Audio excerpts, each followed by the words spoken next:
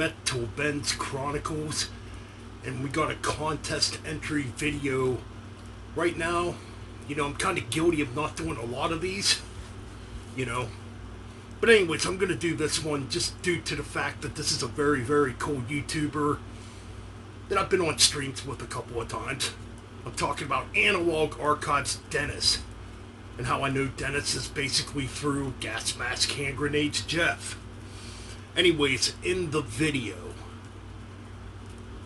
for the contest entry, it's name 10 sophomore albums that are equally as good or maybe better than their debut. So I picked out 10. I didn't want to go over 10. I'm just keeping it simple and to the basics because there's a lot of albums you could definitely name as far as like being equal follow-ups or better follow-ups. Let's get on with it. Up first, a band that needs no introduction, a band that's definitely missed when it comes to, metal. I'm talking about Slayer, with their follow-up to Show No Mercy, Hell Awaits. Much better album in my opinion. I love Show No Mercy, don't get me wrong, but this one's much darker, much more sinister sounding, It's a bit faster, and definitely a prelude to what you would hear, in a lot of death metal, as far as like the speed goes. Yeah, it's not death metal, but it definitely has that impactful influence on death metal, is what I'm trying to say. So yeah, Hell Awaits would be my number 10. Okay, up next, another one that I think is slightly better than the debut, but it's, it's kind of debatable because the debute's very good too. I'm talking about Taking Over by Overkill, the follow-up to Feel the Fire, the debut, which came out in 85, this came out in 87. Man, this one's just freaking awesome, man. Just a kick in the fucking balls, that's what this album is to me. Every track on here is killer, You get two barn burner fast tracks to begin this thing with Deny the Cross and Wrecking Crew, obviously. Yeah, man, other killer tracks on here too, like Electro Violence, Power Surge, Excellent stuff. Okay, up next. Now this one's definitely better than their debut. I'm talking about this 1976 classic by Judas Priest, Sad Wings of Destiny. Man, you talk about stepping it up. And, I believe a lot of these tracks, too, are leftovers from Rock-A-Rolla, stuff that was written around that time. So they definitely took the best tracks and put them on Sad Wings of Destiny. Victims of Change, The Ripper, come on, Dreamer, Deceiver, Deceiver, Island of Domination, Tyrant. Excellent stuff, man. So that's my number 8. Number 7, we kind of go back to the world of thrash speed metal here, with this band's follow-up to their 1989 debut. I'm talking about Annihilator with Never Neverland. I love Alice in Hell, but I think this one is slightly better. Yep, even the goofy track Craft Dinner, man, is freaking excellent. Great stellar guitar work by Jeff Waters, as always. You get Corbin Farr on vocalist, who came from Omen at the time. Really good stuff. So that would be my number 7. Number 6. Now, this one's debatable to me because I really like the debut.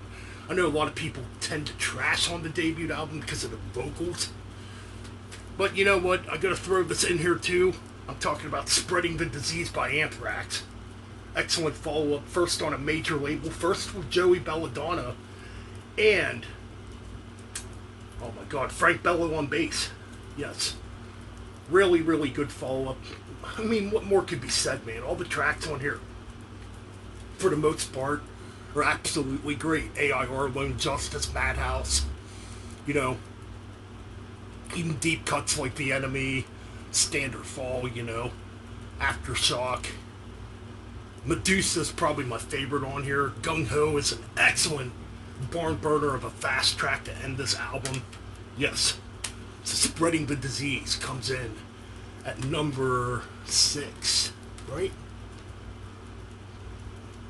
Yeah, okay. Up next, an album that seems to get ignored because a lot of people talk about their debut album, rightfully so because it's a classic. The debut being Annihilation of Civilization by this band, Evil Dead, and their follow-up, The Underworld, which came out in 1991. Really, really enjoyed this follow-up. I think it's equally as good as the debut. Just really good stuff in my opinion. One that doesn't get talked about compared to the debut. Don't know why, it's a really good album. Alright, so moving on. Another Sophomore follow-up that I really enjoyed, so that would be number 5. Okay. This one I think is slightly better than the debut, even though I love the debut. And I like Gene Adams' vocals too, despite some people having issues with it. But I'm talking about this freaking masterpiece. To me, probably their best album. Iced Earth with Night of the Storm Rider. Wow, you talk about rips. You talk about epic songwriting. This definitely has it. You know, you got John Greeley on vocals. You know, excellent, excellent follow-up to the debut. Just a majestic, mystical, epic power metal / thrash metal masterpiece full of excellent riffs. Okay, so that's for number 3. This one needs no introduction too. And follows up the debut Endless Pain, which came out in 85. I'm talking about Pleasures to Kill in 86. Another one that you could say really influenced the sound of death metal early on. With the frantic speed, you know, the rough vocals that are very close to death metal, kind of black metal-ish, I guess. You know, Millie early on had some pretty fucking brutal vocals for the time. And the speed on this is just absolutely frantic, you know. Excellent Teutonic German thrash metal, you know. Yeah, man. Like I said, another one that definitely influenced death metal. Pleasure to Kill by Creator. Okay, I got 2 more to show here. Another one I think that's definitely an excellent follow-up to the debut, which was mainly just an instrumental album with a couple of tracks that had Jeff Scott Soto doing lead vocals. I'm talking about Yngwie Malmsteen's Marching Out. The album that really got me into neoclassical guitar playing when I was very young. Because this album's just a barn burner. To me, Yngwie has never taught this album. Close with a couple albums like Odyssey and maybe Trilogy, the next 2, but man, and the underrated Magnum Opus 2, that's another excellent album. 7th Star, you know. But no, this album just absolutely smokes, dude. Disciples of Hell, I Am a Viking, Anguish of Fear. Come on, man. I'll See the Light Tonight was the very first Yngwie Malmsteen track I actually ever heard. Yes, barn burner, neoclassical heavy metal right here. And last but not least, another one that follows up the debut Heavy Metal Maniac by Canadian speed metal band Exciter. I went with Violence and Force from 84. Equally as good as the debut in my opinion. You know, musically pretty similar too. This one's just fast, ferocious, in your face. You know, just killer stuff. Violence and Force. Screaming the night, pounding metal. You know, what more could be said? You got Destructor, you know. War is Hell, you know. Saxons of the Fire. Excellent follow-up to the debut. Well, that's my 10. Like I said, there's a lot more, you know, a lot more that I don't really need to mention, like Peace Sells But Who's Buying, Ride the Lightning, you know, God, Van Halen 2. I mean, you know, the list goes on and on. You know, Paranoid by Black Sabbath, you know, stuff I don't really need to show or talk about because we all know them. Those are my 10 picks.